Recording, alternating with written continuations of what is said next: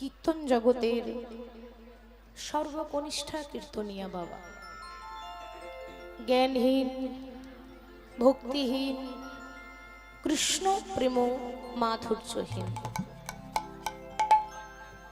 এই অধমাধীন কীর্তনিয়া ভক্ত রজপিয়াসী অতি ক্ষুদ্র শিল্পী বীরভূম জেলা থেকে আগত সোমা দাস এবং আমার এই ক্ষুদ্র সম্প্রদায় ছোট্ট সম্প্রদায় আপনাদের সকল ভক্তের চরণে জানাই আমি আমার কোটি কোটি দণ্ডমন্ত্র।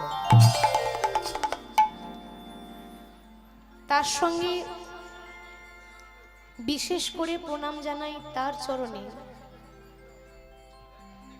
যার অক্লান্ত পরিশ্রমে যার ঐকান্তিক প্রচেষ্টায় আজ এই মহতী হরিবাসরটি সাফল্য মণ্ডিত হয়েছে। অর্থাৎ আপনারা সকলেই জানেন সেই ভক্তের কথা, যে ভক্তের আঙিনায় আজকে নাম সংকীর্তন। একটা কথা মনে রাখবেন বাবা, পৃথিবীতে ধনী মানুষ অনেকেই আছেন,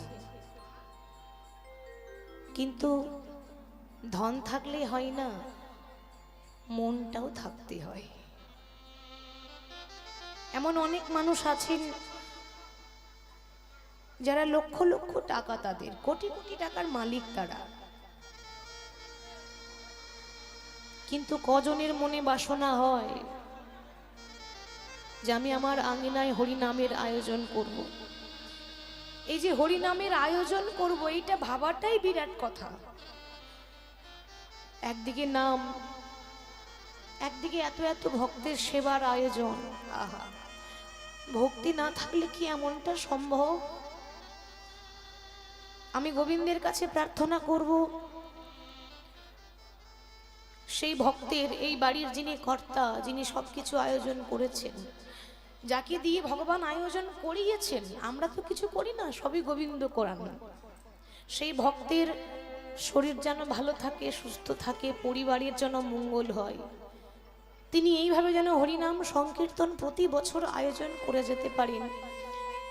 আমি এর আগেও এসেছি, আপনাদের মনে আছে নাকি জানি না, আমার কিন্তু মনে আছে। এই আসরে এখানে আমি এর আগেও এসেছি, আবার আপনাদের ভালোবাসার জন্য, আপনাদের ভক্তির জন্য, আপনাদের আশীর্বাদ জন্য পুনরায় আসতে পেলাম। এটা নিয়ে দ্বিতীয়বার হলো আসা। হরি বল। গোবিন্দের কাছে প্রার্থনা করি সবাই যেন ভালো থাকে, পরিবারের জন্য মঙ্গল হয়। তাই সে ভক্তের জন্য একটু জোর করে হরিধ্বনি উলুধ্বনি তো দিতে হবে। নিতাই গৌর প্রেমানন্দে হরি বল। তাই সকল ভক্তের চরণ ধুলো মাথায় নিয়ে আস্বাদন করব ভক্ত ভগবানের গুণকথা, হরিকথা। বাবা, ভগবানকে অনেক রকমের ভালোবাসা যায়। এই পৃথিবীতে যে অনাথ, সে মনে করে আমার ভগবানই তো আমার মাতা পিতা। এই পৃথিবীতে যার কেহ নাই তার ভগবান আছে। এই পৃথিবীতে যার ভাই নেই, সেই বোন চিন্তা করে আমার ভাই নেই তো কি হয়েছে, আমার ভাই কৃষ্ণ তো আছে। এ জগতে যার কোনো সখা নেই, যার কোনো বন্ধু নেই, সে মনে করে এ জগতে তো আমার কোনো বন্ধু নেই, তবে আমার কৃষ্ণ তো আছে। কিন্তু হ্যাঁ, এ জগতে যার সন্তান নেই, সেও ভাবে আমার গোপালই তো আমার সন্তান, সেই তো আমার গোপাল সোনা। আস্বাদন করব এমন ভক্তের কথা, যে ভগবানকে সন্তান জ্ঞানে ভালোবেসেছিলেন, সন্তান রূপে পেয়েছিলেন, পুত্র রূপে ভগবান।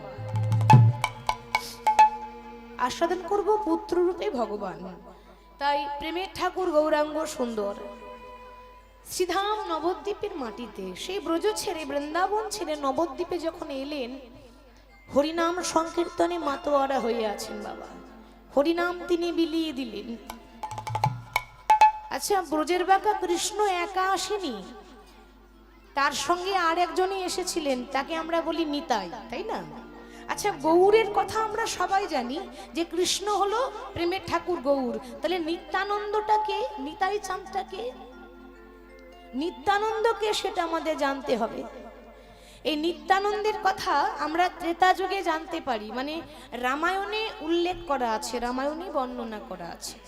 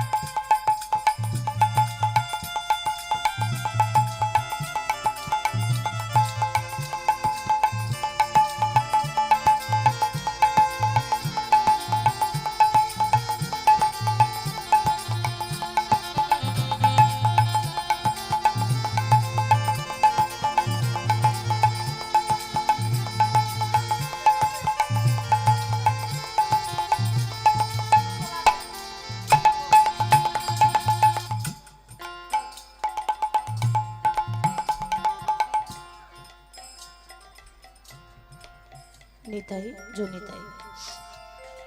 তাই ব্রজের বাঁকা কৃষ্ণ গৌর হয়েছে সেটা সবাই জানি, কিন্তু গৌর হরির সঙ্গে যে নিত্যানন্দ এসেছে, আমরা বলি গৌর নিতাই, সে নিত্যানন্দটাকে সেটা একটু জেনে নেব।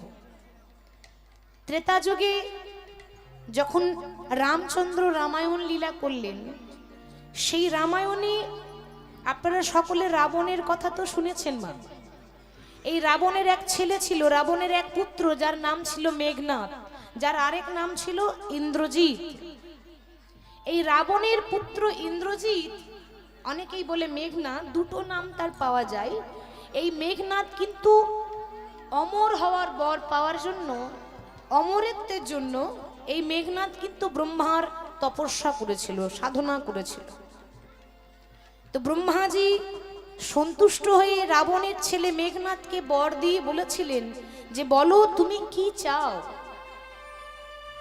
তখন রাবণের ছেলে মেঘনাদ বলেছিল যে ব্রহ্মাজি, আপনি যদি আমার সাধনায় সন্তুষ্ট হলেন তাহলে আমাকে এই বর দেন, আমি যেন অমর হতে পারি। ব্রহ্মাজি বলেছিলেন বাবা, পৃথিবীতে অমর কেউ নাই, আছে কি? জন্মিলেই মরিতে হবে, অমর কে কোথায় রবে?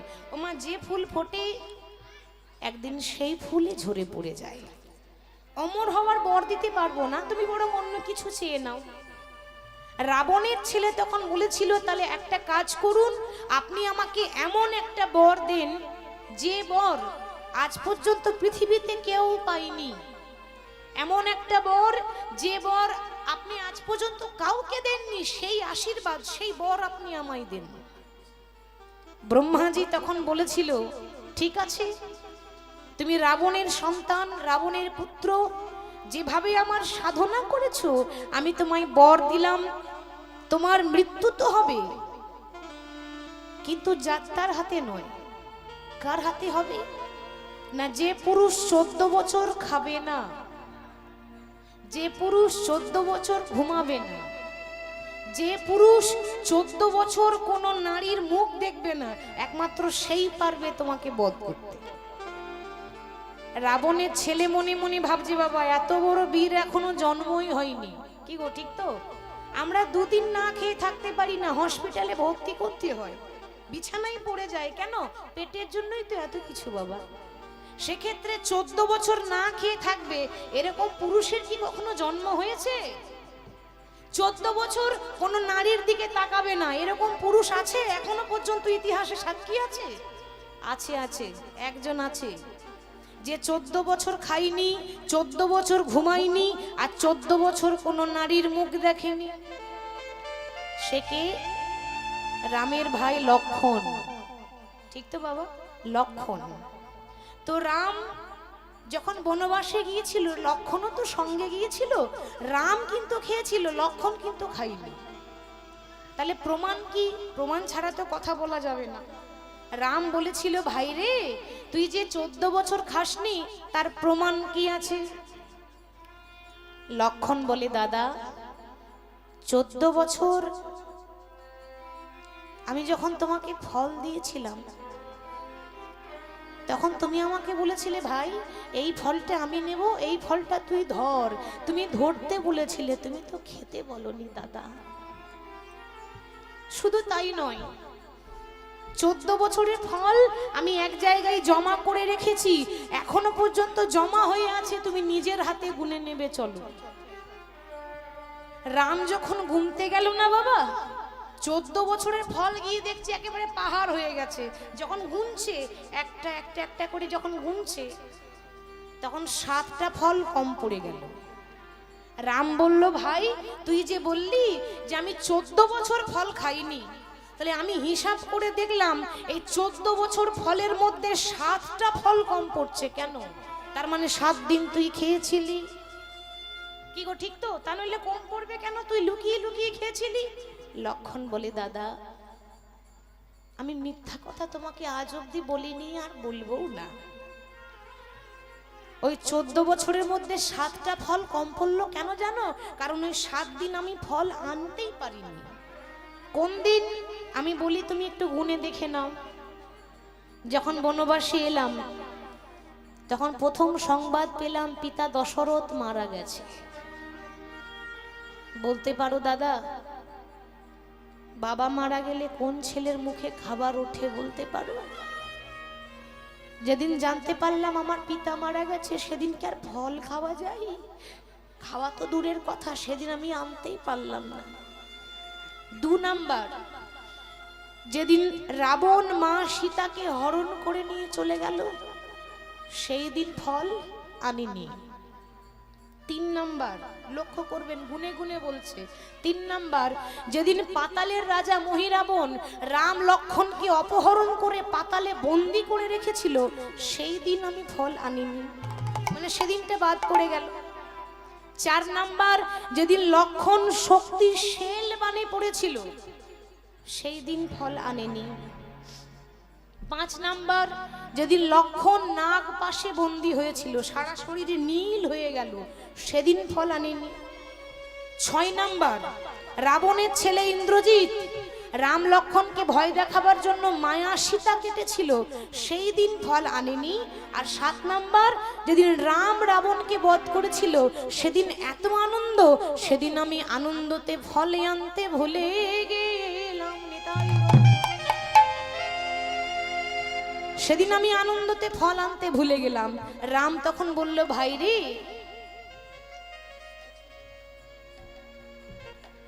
তুই আমার ছোট ভাই হয়ে যা করলি, আমি তোর বড় দাদা হয়ে সেটা করতে পারলাম না। বল, তুই আমার কাছে কি চাস? গাড়ি বাড়ি টাকা পয়সা কি চাস? লক্ষ্মণ তখন বলেছিল, দাদা গো, ভাই হয়ে দাদার সেবা করা কর্তব্য। কোনো লোভের জন্য, কোনো আশা করে আমি তোমার সেবা করিনি। তবে তুমি যদি আমায় কিছু দিতেই চাও, তাহলে একটা বর দাও। কি বর জানো? এ জন্মে যেমন আমি তোমার ভাই হয়ে তোমার এক একটা কথা অক্ষরে অক্ষরে পালন করেছি, পরজন্ম বলে যদি কোনো জন্ম থাকে, আবার যদি আমার জন্ম হয়, সেজন্য আমি অন্য কিছু চাই না দাদা। আমার একটাই কামনা, কি জানো? পরজন্মে যেন আমি তোমার দাদা হই গো, পরজন্মে যেন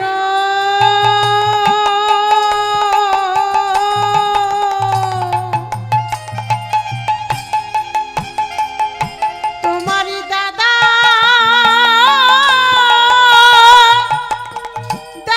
হই গো।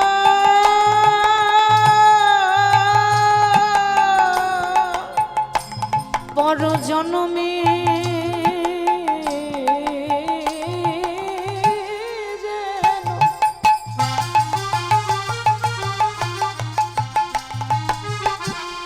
তোমার দাদা হই গো, পরজন্মে যেন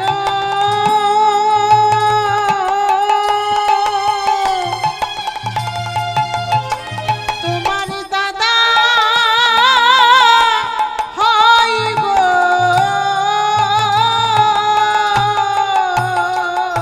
আমায়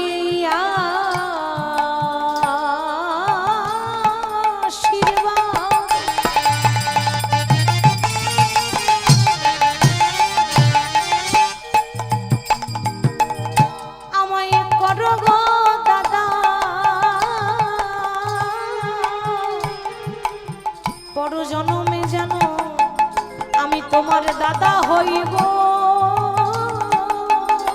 আমায় এই আশীর্বাদ,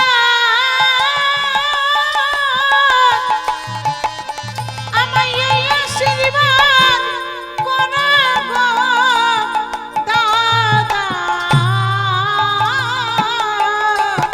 পরজন্মে যেন দাদা হই গো।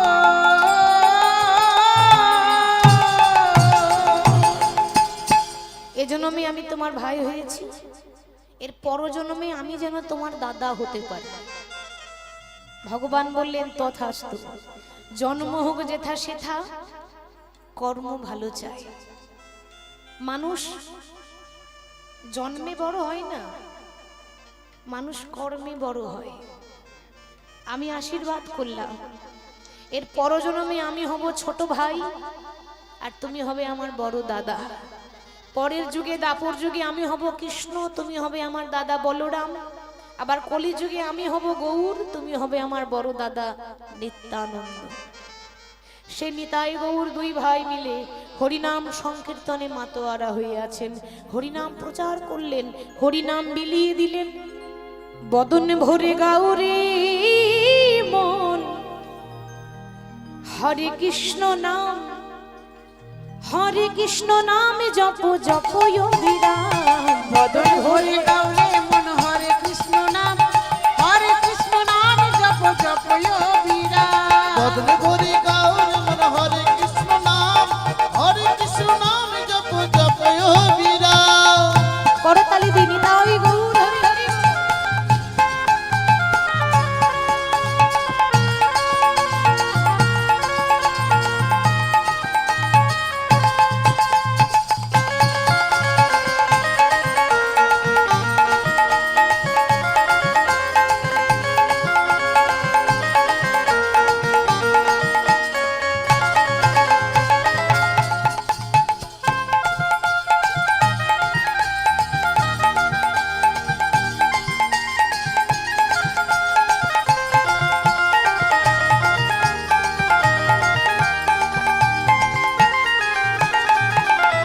শয়নে স্বপনে বলো রাধে রাধে না, শয়নে স্বপনে বলো রাধে রাধে না, নিশি জাগরণে বলো রাধে রাধে না, শ্রী জাগরণে বলো রাধে রাধে নাম। নিশি জাগরণে বলো রাধে রাধে না।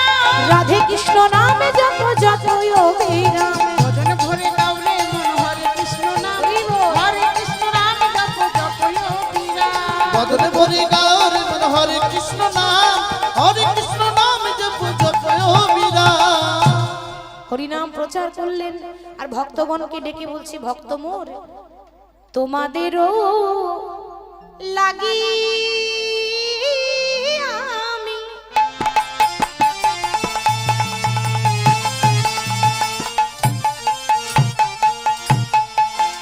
আমি হলাম অবতার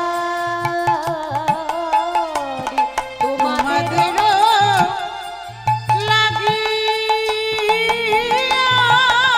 আমি।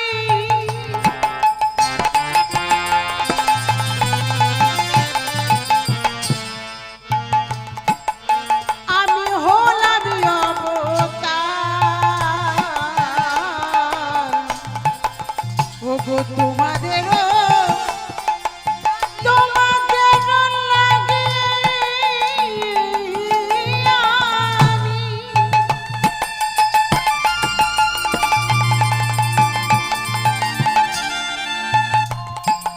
আমি হলাম অবতার। বলে আমি ছাড়া তোমাদেরও কে আছে আবার? বলো আমি ছাড়া তোমাদেরও কে আছে আবার? বলো আমি ছাড়া তোমাদেরও কে আছে আবার? আমি ছাড়া তোমাদেরও কে আছে আমার? মোদের হরি ছাড়া আর কে ওগো হরি ছাড়া আর কেহ নাই। মোদের হরি ছাড়া আর কেহ নাই। সদাই হরি হরি হরি বলো, আমাদের হরি ছাড়া আর কে না। মুখে হরি হরি হরি বলো, এমন মানব জনমে আর পাবে না। মুখে হরি হরি হরি বলো, মানব জনম আর পাবে না। মুখে হরি হরি হরি বলো। এমন মানব জনম আর পাবে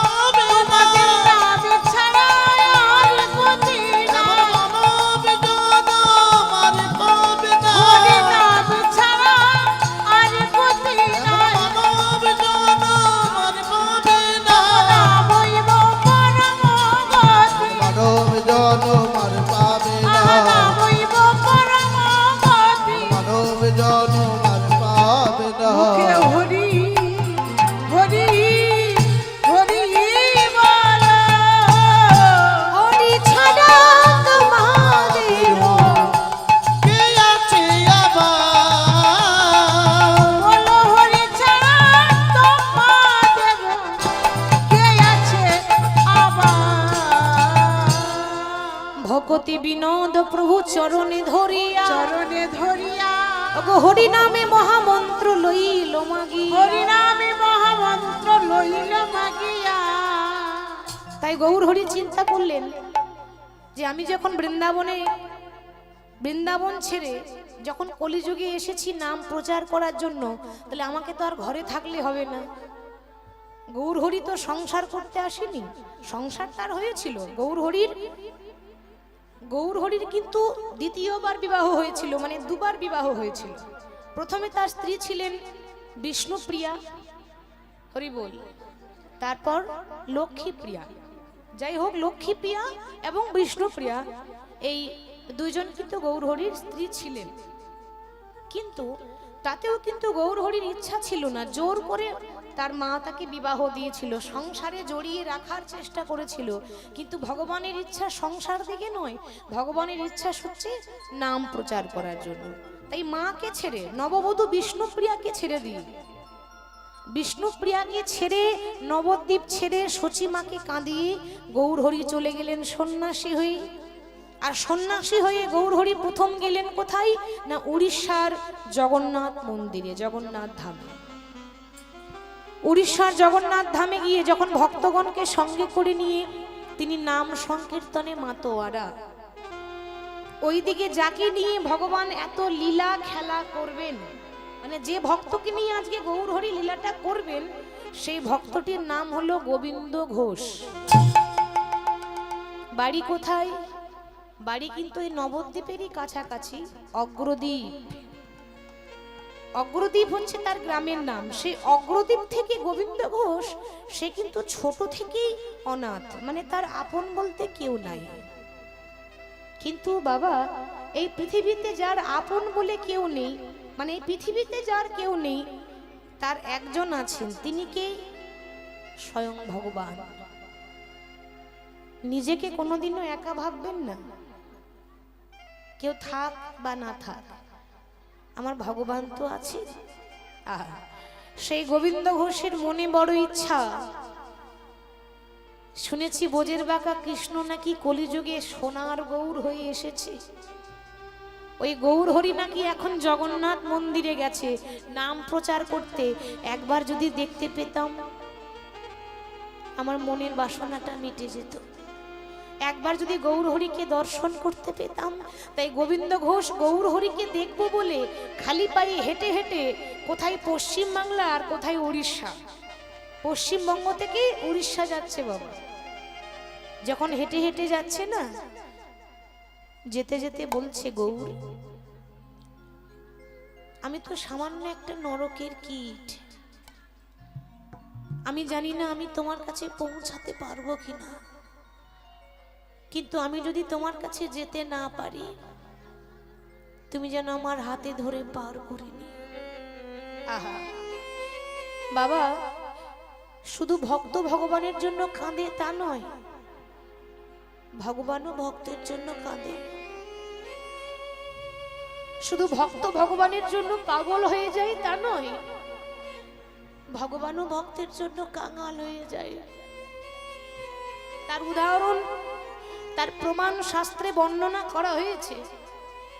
যিনি আমাদের ভাগবত গীতা লিখেছেন, রচনা করেছেন, তার নাম ছিল ব্যাসদেব। সেই ব্যাসদেবকে একদিন ভগবান প্রশ্ন করেছিলেন। এটা কেবল উদাহরণ দিচ্ছি। ভগবান একদিন ব্যাসদেবকে প্রশ্ন করেছিলেন, ব্যাসদেব, তুমি তো মহাপণ্ডিত, তুমি তো জ্ঞানী, যে গীতা লিখেছে সে কত বড় জ্ঞানী হবে, তা তোমাকে আমি একটা প্রশ্ন করতে চাই, উত্তর দেবে? ব্যাসদেব এত বড় পণ্ডিত হয়েও মাথাটা নত করে দিল। কেন জানেন বাবা? নিচু না হলে উঁচু হওয়া যায় না। গাছের মধ্যে সব থেকে বড় তাল গাছ, আর সব থেকে নিচে থাকে দুর্বা ঘাস, তাই তো বাবা? যখন গোবিন্দের সেবায় লাগে তখন ওই তাল গাছটা লাগে নাকি দুর্বা ঘাসটা লাগে গো? দুর্বা ঘাস। কেন? সে তো মাটিতে মিশিয়ে আছে, তার তো কোনো দাম নেই, তাহলে সেটাই আগে লাগা দরকার, সেটাই আগে লাগা দরকার। কেন? যে নিচে থাকে সেই উপরে ওঠে, যে সব থেকে মাথা উঁচু করে থাকে সে লাগে না, যে নিচে মিশিয়ে থাকে, যে নিজেকে অধম মনে করে সেই গোবিন্দ সেবায় লাগে। তো ব্যাসদেব বলছে, প্রভু আমি পারবো তোমার প্রশ্নের উত্তর দিতে? কেন? তুমি তো জ্ঞানী, তুমি তো পণ্ডিত, তুমি তো শাস্ত্র লিখেছো, কেন পারবে না? আমার একটা প্রশ্নের উত্তর দাও। তাহলে বলো কি প্রশ্ন? প্রশ্ন হলো এই জগতে যে ভক্তরা আমার নাম শুনতে আসে, এ জগতে যে ভক্তরা আমার জন্য কাঙাল হয়ে যায়, পাগল হয়ে যায়, তুমি শুধু বলে দাও আমার নাম করে তারা কি সুখ পায়, ভগবানের নাম করে কি পায়, কি শান্তি পায়। আমি ভগবান হয়ে নিজেই জানি না যে আমার জন্য ওরা এত পাগল কেন। ব্যাসদেব বললেন, প্রভু এই প্রশ্নের উত্তর তো তুমি কোনোদিনও জানতে পারবে না। কেন জানো? যে রসগোল্লা সে কি নিজে জানে যে তার স্বাদ কেমন হয়? কি গো মা, জানে? যে রসগোল্লা খায় সে বুঝতে পারবে রসগোল্লার স্বাদ কেমন হয়, সে নিজে নিজে বোঝে না। তুমি জানতে চাও তোমার নাম করে কি আনন্দ পাওয়া যায়? তাহলে একটাই উপায় আছে। কি উপায়? যদি কোনোদিন এ জগতের কোনো ভক্তের চরণ দুটো যদি একবার বুকে জড়িয়ে ধরতে পারো, সেদিন জানতে পারবে তোমার নাম করে ভক্তরা কি আনন্দ পায়। ভগবান চিন্তা করলেন ভক্তের পায়ে ধরতে হবে, কিন্তু পায়ে ধরতে দেবে কে? কেউ দেবে কি মা? আমরা মন্দিরে গিয়ে ভগবানের চরণে জড়িয়ে ধরি, কিন্তু ভগবান যদি আমাদের চরণে ধরে তাতে তো আমরা রাজি নই। কেন? তিনি ভগবান, আমরা সামান্য নরকের কীট, আমরা মানুষ। এ হয় না, আমাকে তো ভক্তের চরণ ধরতে আমার ইচ্ছা তো হয়, কিন্তু ধরতে দেবে কে? প্রভু কেউ না কেউ আছে, দেখবে তোমাকে চরণে ধরতে দেবে, কিন্তু কে? দাঁড়াও, একজনের কথা মনে পড়েছে, যে 24 ঘন্টা নারায়ণ নারায়ণ করে, সে কে মা? নারদ। আচ্ছা, নারদ তো আমাকে বড্ড ভালোবাসে, আমি নারদের কাছে যাই। স্বয়ং নারায়ণ যেই না নারদের কাছে গিয়ে দাঁড়িয়েছে, নারদ, ও নারদ, এ কি প্রভু তুমি এসেছো? কোনো দরকার থাকলে তুমি আমাকে ডাকতে পারতে, আমাকে বলতে পারতে, আমি চলে যেতাম, তুমি কেন কষ্ট করে এলে দয়াময়? নারদ, আমার অনেক দিনের ইচ্ছা, আমি কোনোদিনও বলতে পারি না, আজ আমি বলতে এসেছি। সারা জীবন তো শুধু আমার কাছে হাত পেতে চাইলে, দাও দাও দাও দাও।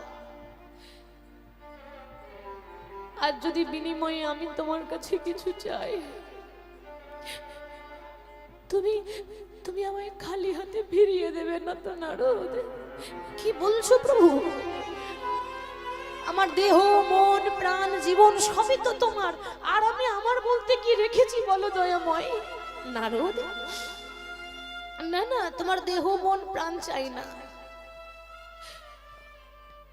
আমি এমন কিছু চাইতে এসেছি যা পয়সা থাকলেও কোনো বাজারে কিনতে পাওয়া যায় না। সে কি প্রভু? পয়সা থাকলে আবার কিনা পাওয়া যায়, পয়সা থাকলে সব পাওয়া যায়, এমন কোনো জিনিসই নেই? আছে আছে, পয়সা থাকলেও পাওয়া যায় না। কি?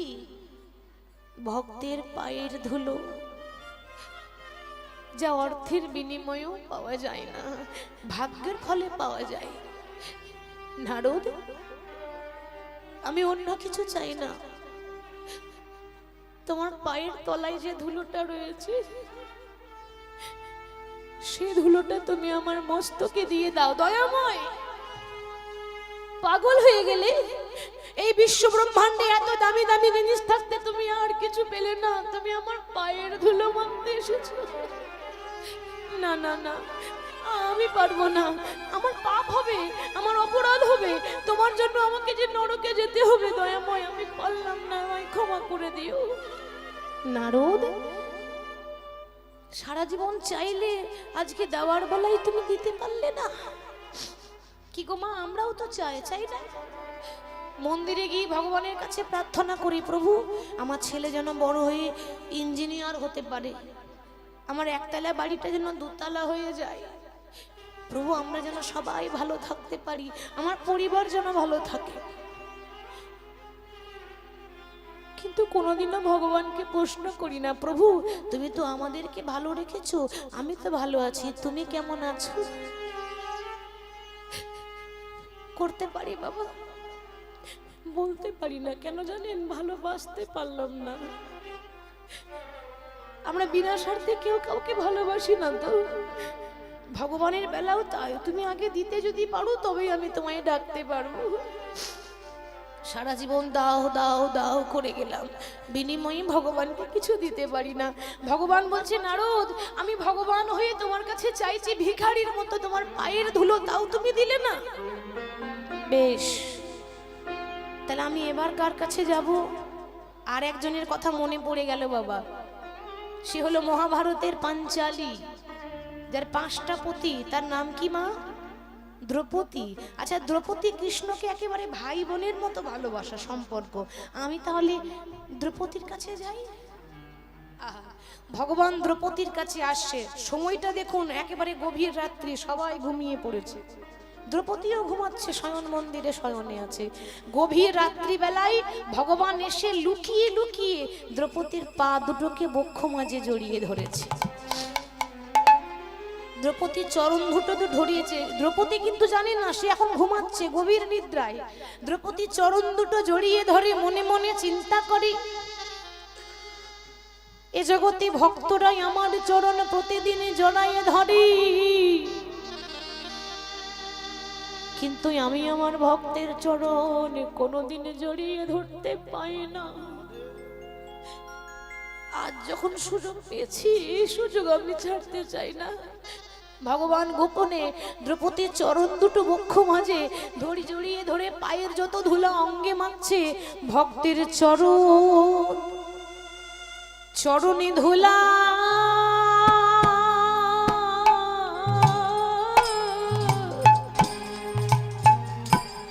কৃষ্ণ অঙ্গে মাখে,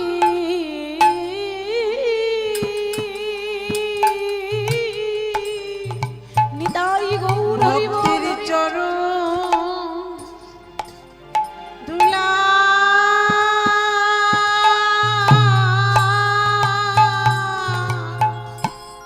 কৃষ্ণ অঙ্গে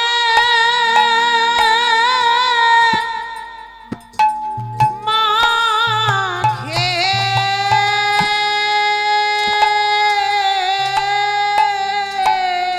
ভক্তের চরণ ধুলা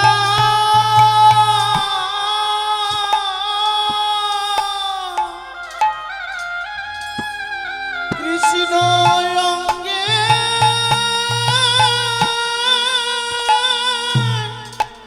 মাখে।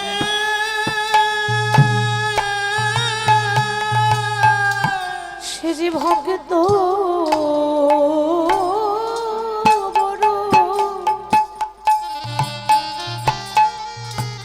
ভক্ত বড় ভালোবাসি,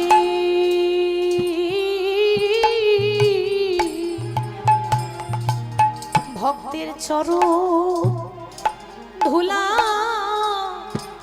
কৃষ্ণ অঙ্গে মাখে, সে তো ভক্ত বড় ভক্ত বড় ভালো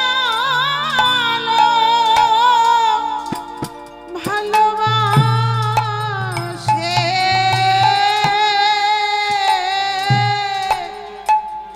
ভক্তের চরণ ধুলা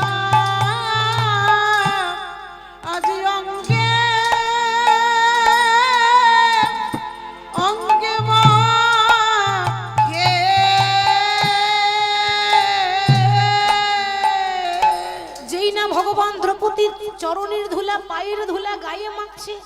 দ্রৌপদী চিন্তা করছে আমার পা দুটো জড়িয়ে ধরে বসে আছে এত রাত্রে কে? চিৎকার করে বলে উঠল, কে? এত রাত্রে আমার পা দুটো ধরে বসে আছো, কে তুমি? তোমাকে তো দেখতে পাচ্ছি না।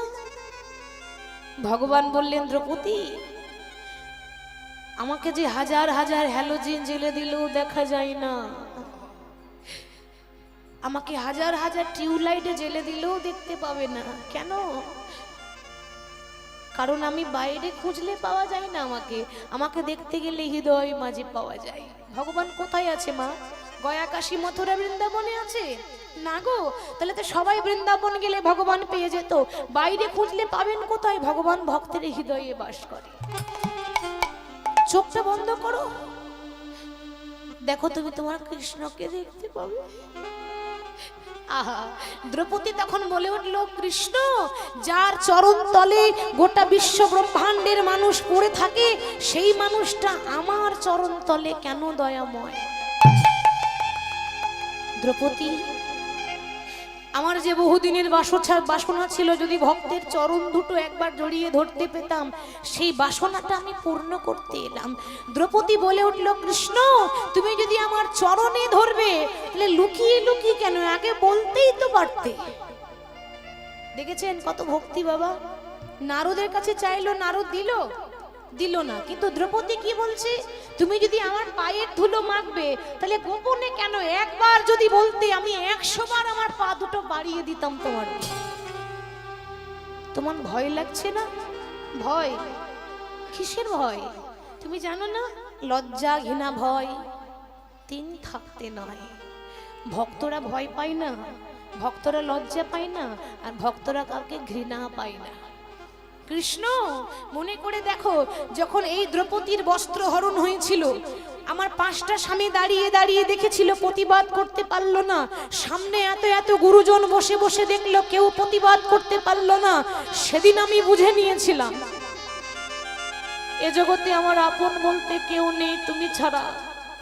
সেদিন যখন 2টি বাহু তুলে আমি ডাকলাম, সেদিন তুমি একটা নয়, দুটো নয়, শত শত বস্ত্র দিয়ে দ্রৌপদীর লজ্জাটা নিবারণ করলে। আর সেই দিন থেকে আমি আমার দেহ, মন, প্রাণ, জীবন, যৌবন সবকিছু ভগবানের চরণে সঁপে দিলাম। তাহলে বলতে পারো, কৃষ্ণ আমার সবই যদি তোমার হলো, তাহলে চরণে দুটো কি কৃষ্ণই আমার বটে? চরণে গৌর আমার বটে, দয়াময়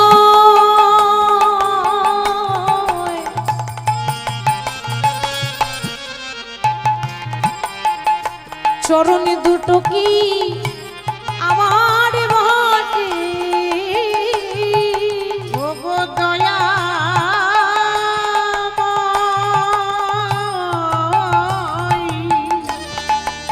বলো বলো, চরণে দুটো কি আমার বটে? তাহলে আমার দেহ, মন, প্রাণ সবই যদি তোমার হয়, কি গো মা, তাহলে চরণ দুটো তো তোমারই হলো, ঠিক তো বাবা? ভগবানকে যদি দেহ, মন, প্রাণ দিতে পারি, তাহলে চরণ দিতে পারবো না? কিরকম ভক্তি! আমার সবই তোমার, তখন আমার চরণ দুটোও তোমার। ভগবান বলল, দ্রৌপদী তুমি প্রমাণ করে দিলে, আত্ম ইন্দ্রিয় প্রীতি ইচ্ছা তারে বলে কাম, কৃষ্ণ ইন্দ্রিয় প্রীতি ইচ্ছা ধরে প্রেমনা। মানুষ যেটা নিজের জন্য করে সেটা স্বার্থ, যেটা গোবিন্দকে নিবেদন করে সেটাই হচ্ছে শুদ্ধ ভক্তি। তুমি তোমার সবকিছু সঁপে দিলে, এমনই তো ভক্ত হওয়া দরকার। তাহলে ভক্ত শুধু ভগবানকে ভালোবাসে না, ভগবানও ভক্তকে ভালোবাসে। তাই গোবিন্দ ঘোষ সেই অগ্রদ্বীপ ছেড়ে একেবারে জগন্নাথ ধাম যাচ্ছে, প্রভুর নাম গাইতে গাইতে। আমার জীবনে নদীর তুমি নাইয়া, প্রভু আমার দেহটা হচ্ছে নৌকা, প্রত্যেকটা মানুষের দেহটা নৌকা। এই নৌকাকে একদিন বৈতরণী পেরোতে হবে, হবে না বাবা? আর মাঝি অন্য কেউ নয়, মাঝি হচ্ছে কৃষ্ণ, যে পার করে দেবে। তার জন্য বলছে, প্রভু তুমি আমার জীবনে নদীর নাইয়া,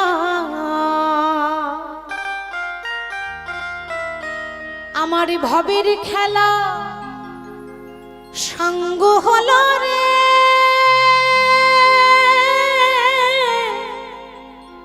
সেদিন দিও পার করি আরে আমার জীবন নদীর নাইয়া আমার জীবন নদীর নাইয়া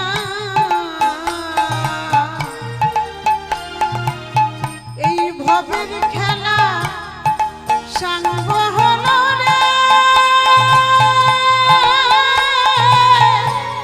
দিও পার করিয়া আমার জীবন নদীর নাইয়া আমার জীবন নদীর নাইয়া আমার ভবের খেলা সঙ্গ হলো রে সেদিন দিও পার করি আরে আমার জীবন নদীর নাইয়া আমার জীবন নদীর নাইয়া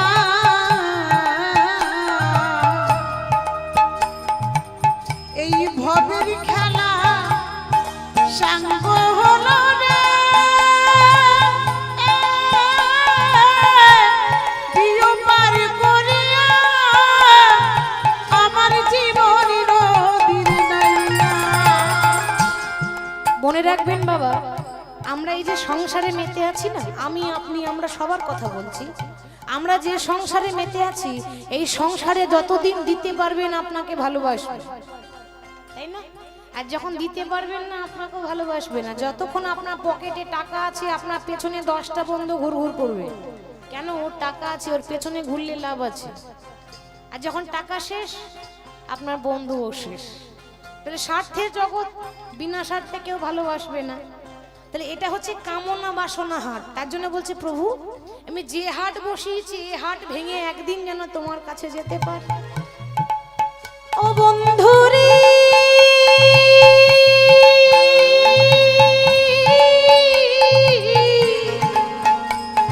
আমি কামনা বাসনার হাটে বেঁধেছিলাম বাসা। আমি কামনা বাসনার হাটে বেঁধেছিলাম বাসা। আমি কামনা বাসনার হাতে বেঁধেছিলাম বাসা। সেই বাসায় আমার আজ ভেঙে গেল রে, সেদিন দিও পার করিয়া আমার জীবন নদীর নাইয়া। আমার জীবন নদীর নাইয়া